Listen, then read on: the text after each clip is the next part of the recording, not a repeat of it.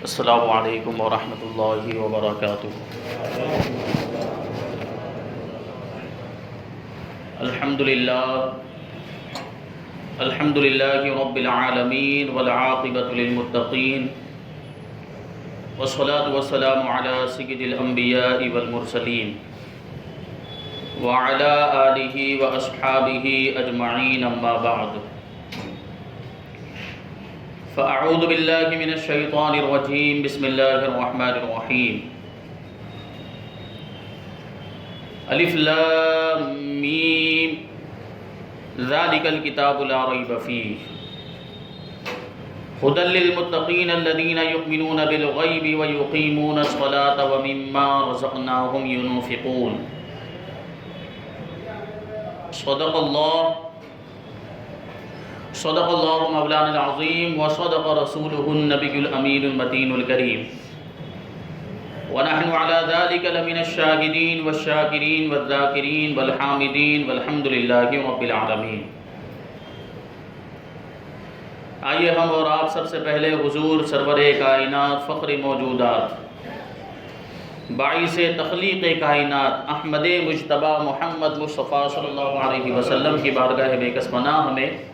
جھوم جھوم کر درود و سلام کا نذرانہ عقیدت پیش کریں اور پڑھیں اللہم صلی علی سیدنا و مولانا محمد معدن الجود والکرم وآلہ الکرام وابنہ الکریم وبارک وسلم صلاة و سلاما علیک یا رسول اللہ صلی اللہ تعالی علیہ وسلم۔ عزیزان ملت اسلامیہ، آج انشاءاللہ تبارک و تعالی آپ حضرات کے سامنے قرآن عظیم کا اعجاز، یعنی قرآن عظیم اللہ کے رسول صلی اللہ علیہ وسلم کا کیسا معجزہ ہے،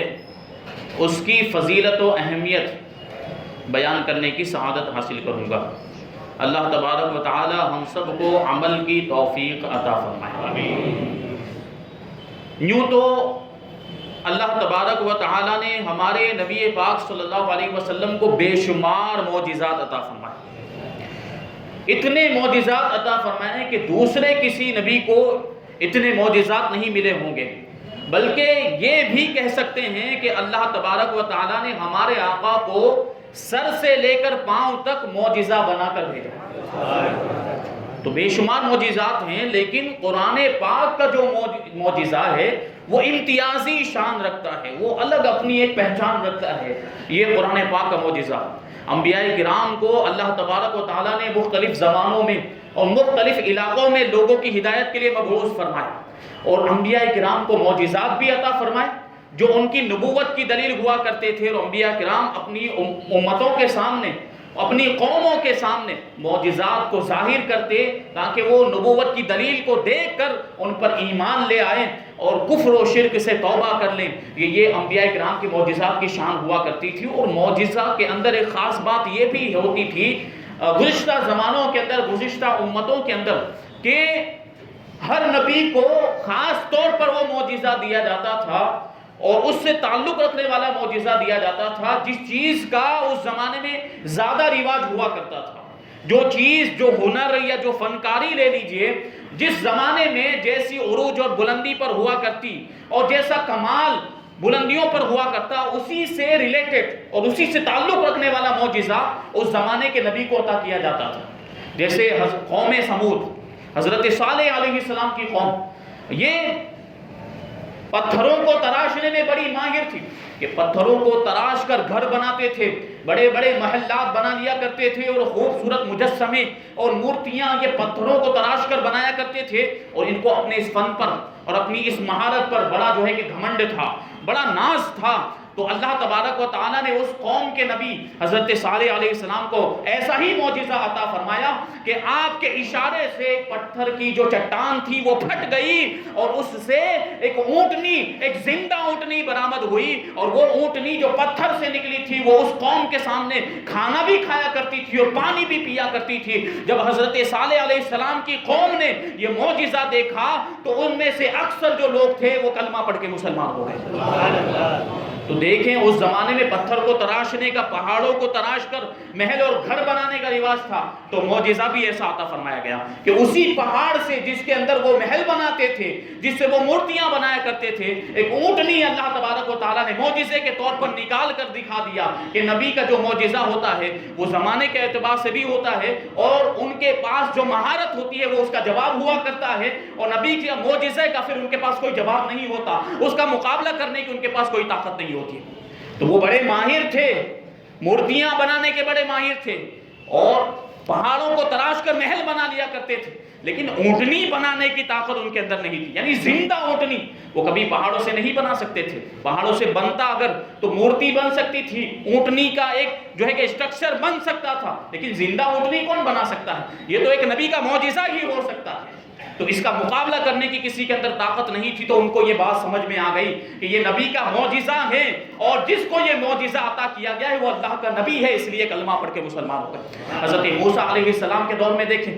تو جادوگری کا بڑا دور تھا، اور شعبدہ بازیاں، سحر اور یہ ساری چیزیں، نظر بندیاں وغیرہ بہت زیادہ عام تھی۔ تو حضرت موسیٰ علیہ السلام کو اللہ تبارک و تعالیٰ نے ید بیضا عطا فرمایا کہ بغل کے اندر ہاتھ ڈالتے اور جب واپس نکالتے تو ہاتھ روشن اور منور ہو جایا کرتا تھا، اور عصا عطا فرمایا، وہ عصا بھی بڑا با کمال تھا کہ پتھر پر مارتے تھے تو پتھر سے چشمے جاری ہو جایا کرتے تھے۔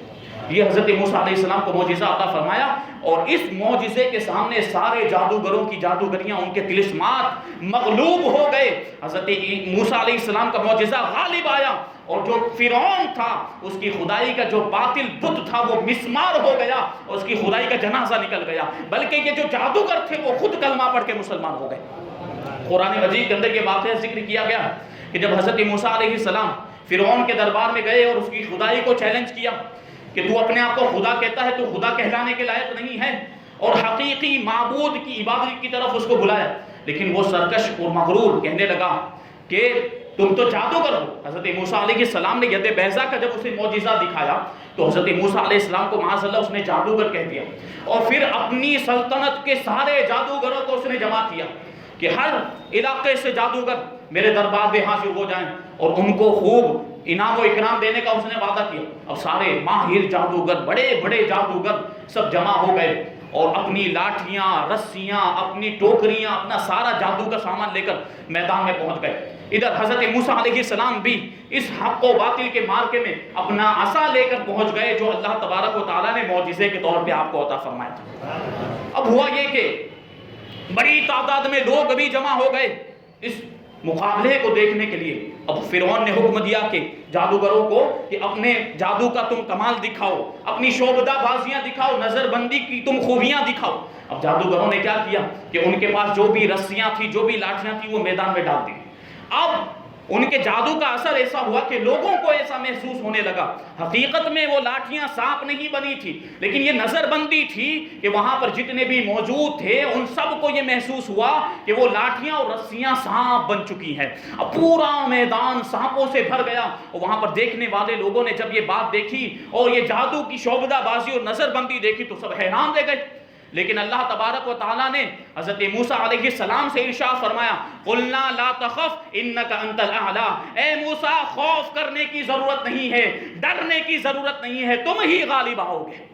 اور پھر اللہ تبارک تعالیٰ نے ارشاد فرمایا کہ وَالْقِ مَا فِي يَمِينِكَ تَلْقَفْ مَا صَنَعُوا إِنَّمَا صَنَعُوا كَيْدُ سَاحِرٍ وَلَا يُفْلِحُ السَّاحِرُ حَيْثُ أَتَىٰ، تمہارے ہاتھ میں جو عصا ہے اسے زمین پر ڈال دو، یہ جو کچھ بھی جادوگروں کی جادوگری ہے، ان کی جو بھی نظر بندیاں ہیں، تمہارا عصا ان سب کو نگل جائے گا، اور یہ جو کچھ بھی بناوٹیں کر رہے ہیں یہ تو ایک جادوگر کا فریب ہے، ایک جادوگر کا دھوکہ ہے، اور جادوگر جہاں سے بھی آئے کبھی بھی کامیاب نہیں ہو سکتا ہے۔ ایک معجزے کے سامنے اس کی جادوگری کبھی بھی کامیاب نہیں ہو سکتی، کبھی بھی ٹک نہیں سکتی ہے۔ چنانچہ حضرت موسیٰ علیہ السلام نے اپنا عصا زمین پر ڈال دیا تو وہ بہت بڑا عصا اژدہا بن گیا، اور اپنا منہ پھاڑتا ہوا میدان کے اندر آیا، اور جادوگروں نے جو جادوگری سے جتنے بھی سانپ بنائے تھے، جتنے بھی اجگر بنائے تھے، وہ بڑا اژدہا سب کو نگل گیا، سب کی جادوگری کا کام تمام کر دیا۔ جادوگروں نے جب یہ دیکھا تو ان کے دل کی جو نگاہ تھی، نگاہ بصیرت، وہ روشن ہو گئی، ان کو سمجھ میں آ گیا، ان کو یقین ہو گیا کہ موسیٰ علیہ السلام کے پاس جو ہے وہ جادو نہیں ہے، وہ تو اللہ تبارک و تعالیٰ کا معجزہ ہے جو اللہ نے نبوت کی دلیل کے طور پر حضرت موسیٰ علیہ السلام کو عطا فرمایا۔ سارے جادوگر سجدے میں گر گئے اور کہنے لگے آمنا برب ہارون و موسیٰ، کہ ہم موسیٰ کے رب پر ایمان لائے، ہم ہارون کے رب پر ایمان لائے۔ تو دیکھیں اس زمانے میں جادوگری کا دور تھا، نظر بندیوں کا، شعبدہ بازیوں کا دور تھا، تو حضرت موسیٰ علیہ السلام کو معجزہ بھی ایسا عطا فرمایا گیا۔ اب حضرت عیسیٰ علیہ السلام کے زمانے کو دیکھ لیں تو حضرت عیسیٰ علیہ السلام کے زمانے میں حکمت اور طبابت کا بڑا دورہ تھا، اور بڑے بڑے حکیم، بڑے بڑے طبیب اور ڈاکٹر اس زمانے میں موجود تھے جو قسم قسم کی بیماریوں کا حیرت انگیز طریقے سے، تعجب خیز طریقے سے علاج کیا کرتے تھے، نئی نئی جڑی بوٹیوں کے ذریعے سے نئے نئے علاج جو ہے کہ دریافت کیا کرتے، اور اس طریقے سے وہ بیماروں کا علاج کیا کرتے تھے۔ اور یہ جو فن تھا، یہ جو مہارت تھی اس زمانے میں اپنے کمال کو پہنچی ہوئی تھی، بلندی پر پہنچی ہوئی تھی، اور لوگ اس بات پر بڑا فخر کیا کرتے تھے کہ ہمارے پاس یہ مہارت ہے،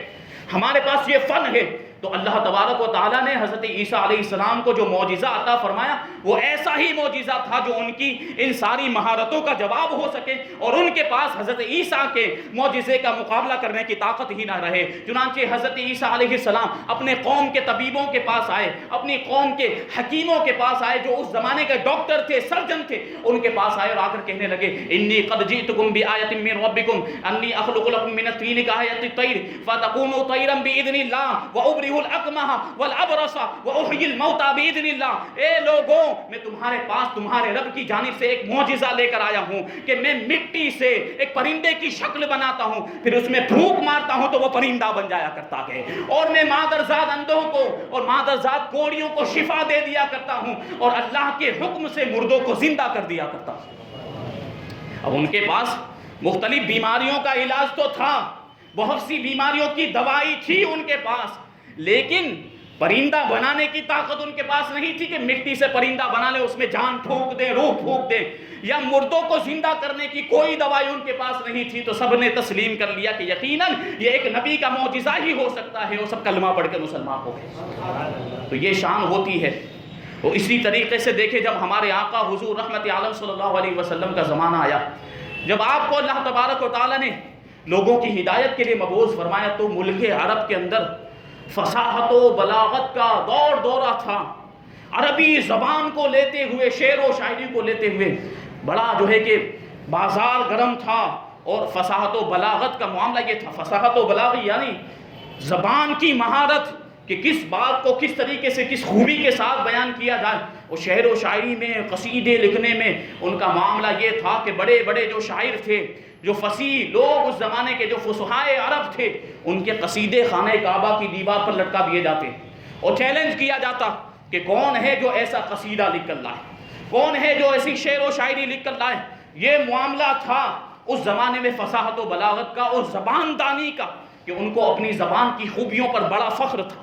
تو ایسے زمانے میں اللہ تبارک و تعالیٰ نے ہمارے آقا کو ایک ایسا معجزہ عطا فرمایا جو ان کی ساری فصاحت و بلاغت کا جواب ہو گیا، یعنی اللہ تبارک و تعالیٰ نے ہمارے آقا کو قرآن مجید جیسا معجزہ عطا فرمایا، اور چیلنج فرمایا کہ اگر تمہارے اندر ہمت ہے، صلاحیت اور قابلیت ہے تو قرآن کا جواب لا کر بتاؤ۔ ان کے پاس اس کا کوئی جواب نہیں تھا۔ پہلے تو جو عرب کے بڑے بڑے فصیح لوگ تھے، ارباب فصاحت و بلاغت تھے، انہوں نے شروع میں تو اپنی زبان دانی کے گمان میں کہہ دیا کہ لو نشاء لقلنا مثل ھذا، کہ اگر ہم چاہیں تو قرآن جیسا جو ہے کہ کلام لا سکتے ہیں، اگر ہم چاہیں تو قرآن جیسی بات لے کر آ سکتے ہیں۔ تو اللہ تبارک و تعالیٰ نے بھی ان کو چیلنج کیا اور للکار کر ارشاد فرمایا فَلْيَأْتُوا بِحَدِيثٍ مِثْلِهِ، اگر ان کے اندر طاقت ہے، اگر وہ سچے ہیں اپنے دعوے میں، تو قرآن جیسی کوئی ایک بات لے کر آئے۔ اب کوششوں میں لگ گئے، یہ بڑے فصحاء جو عرب کے تھے، بڑی کوششیں کی، بڑی طاقت لگائی، لیکن قرآن جیسی کوئی ایک بات اور قرآن جیسا کوئی کلام لانا ان کے بس کی بات ہی نہیں تھی۔ تو اللہ تبارک و تعالیٰ نے دوبارہ ان کو چیلنج کیا اور ارشاد فرمایا کہ فَلْيَأْتُوا بِعَشْرِ سُوَرٍ قُلْ فَأْتُوا بِعَشْرِ سُوَرٍ مِثْلِهِ مُفْتَرَيَاتٍ، کہ پورا کلام نہیں لا سکتے ہیں، قرآن مجید کا پورا جواب نہیں لا سکتے ہیں، تو اس کے جیسی 10 صورتیں ہی لا کر دکھا دیں۔ لیکن اس کے باوجود بھی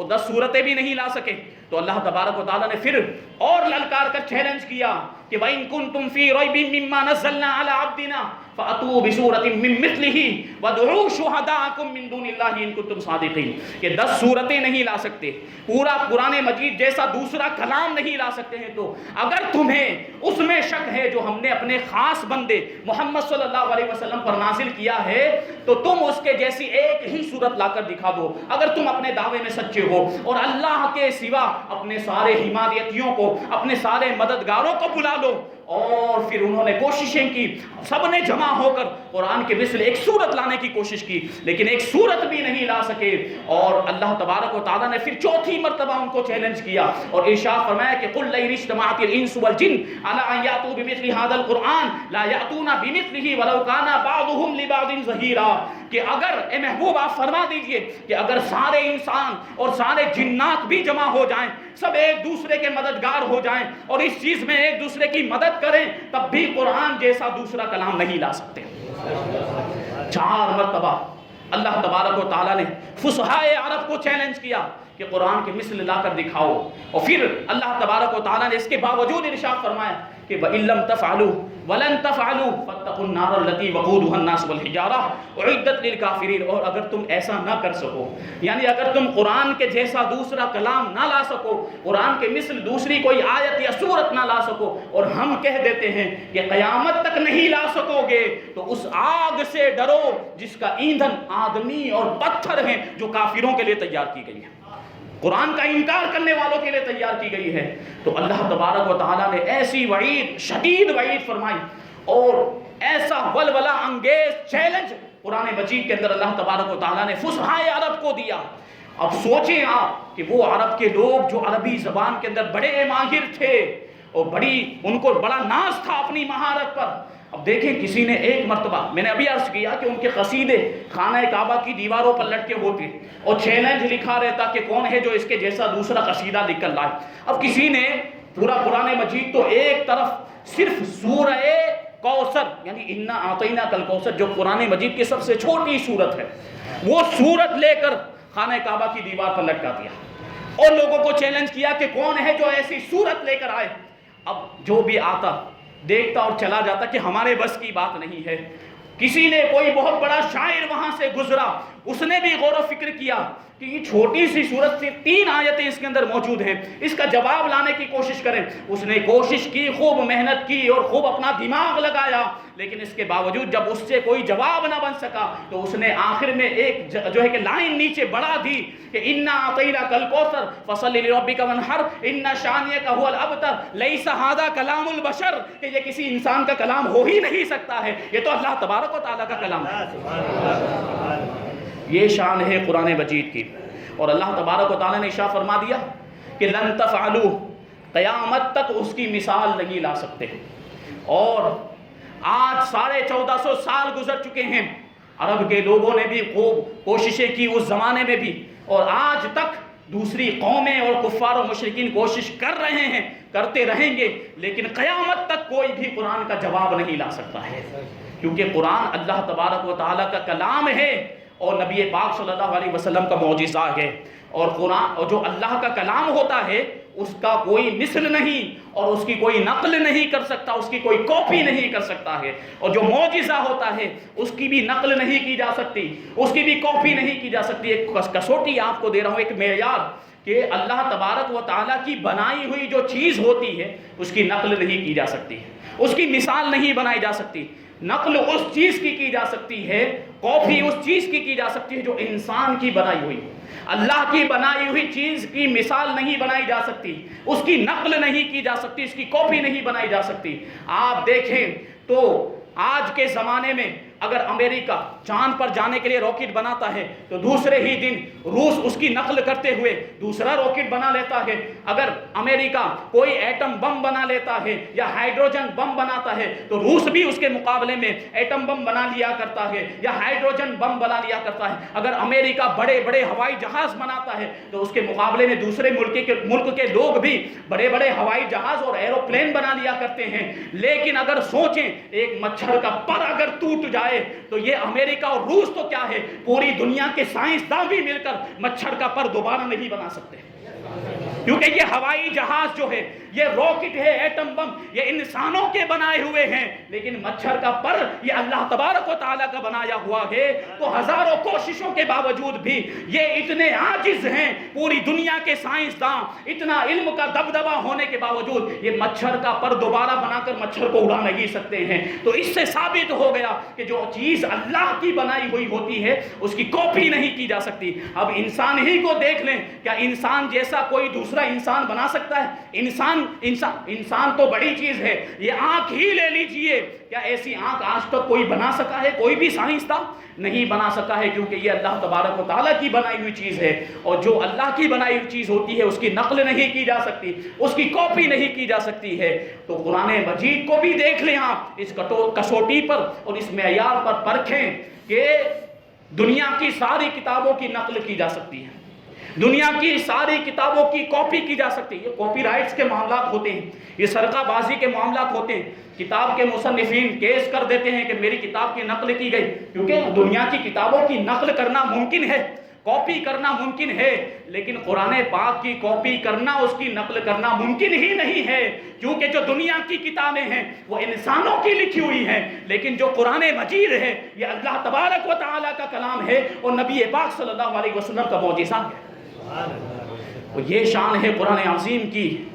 اور یہ عظمت ہے، یہ معجزہ ہے کہ آج تو کوئی بھی قرآن جیسا دوسرا کلام لے کر نہیں آیا، کسی کے اندر قرآن کا مقابلہ کرنے کی طاقت نہیں ہے۔ اور اللہ تبارک و تعالیٰ نے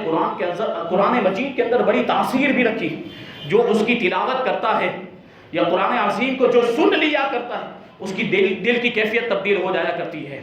بڑے بڑے عرب کے فصیح لوگ جب انہوں نے قرآن کو سنا تو اپنی عاجزی کا اعتراف کر لیا قرآن کی فصاحت و بلاغت کے سامنے۔ حضرت جبیر ابن مطعم رضی اللہ تعالیٰ عنہ ایک مرتبہ اللہ کے رسول صلی اللہ علیہ وسلم کی بارگاہ میں حاضر ہوئے۔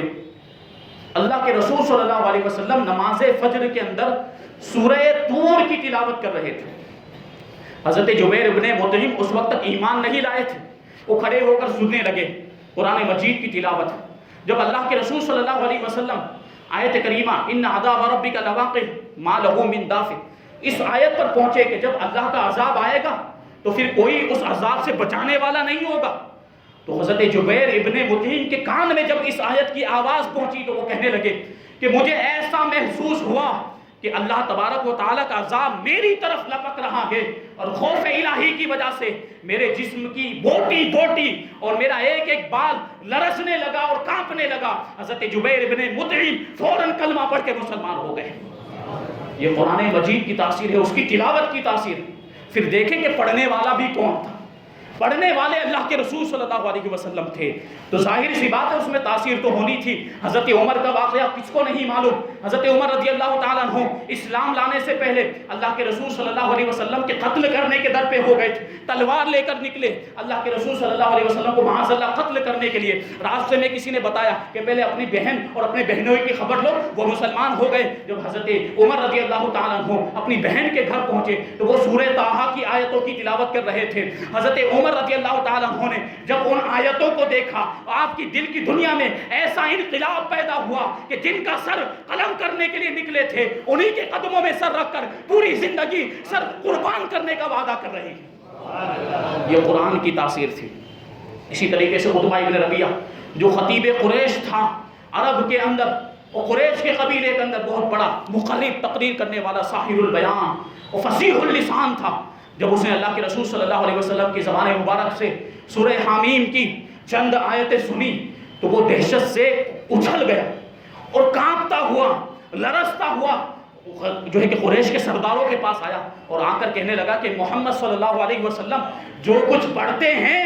وہ نہ تو جادو ہے، نہ وہ جو ہے کہ سحر ہے، نہ کوئی شعر ہے، نہ کہانت ہے، ان کے ایک ایک لفظ کے اندر ایسی پرتاثیر لذت ہے اور دلوں کو ہیبت میں مبتلا کر دینے والی بات ہے جس کی وجہ سے قلوب کے اندر خوف الہی کا سیلاب بہنے لگ جاتا ہے، اور ان کے ایک ایک لفظ کا بھی ہمارے پاس کوئی جواب نہیں ہے۔ جو قرآن کو سنے گا یقیناً اس کی تاثیر اس کے دل پر ہوگی اور وہ محمد صلی اللہ علیہ وسلم سے قریب ہو جائے گا۔ یہ عتبہ ابن ربیعہ جو کافر تھا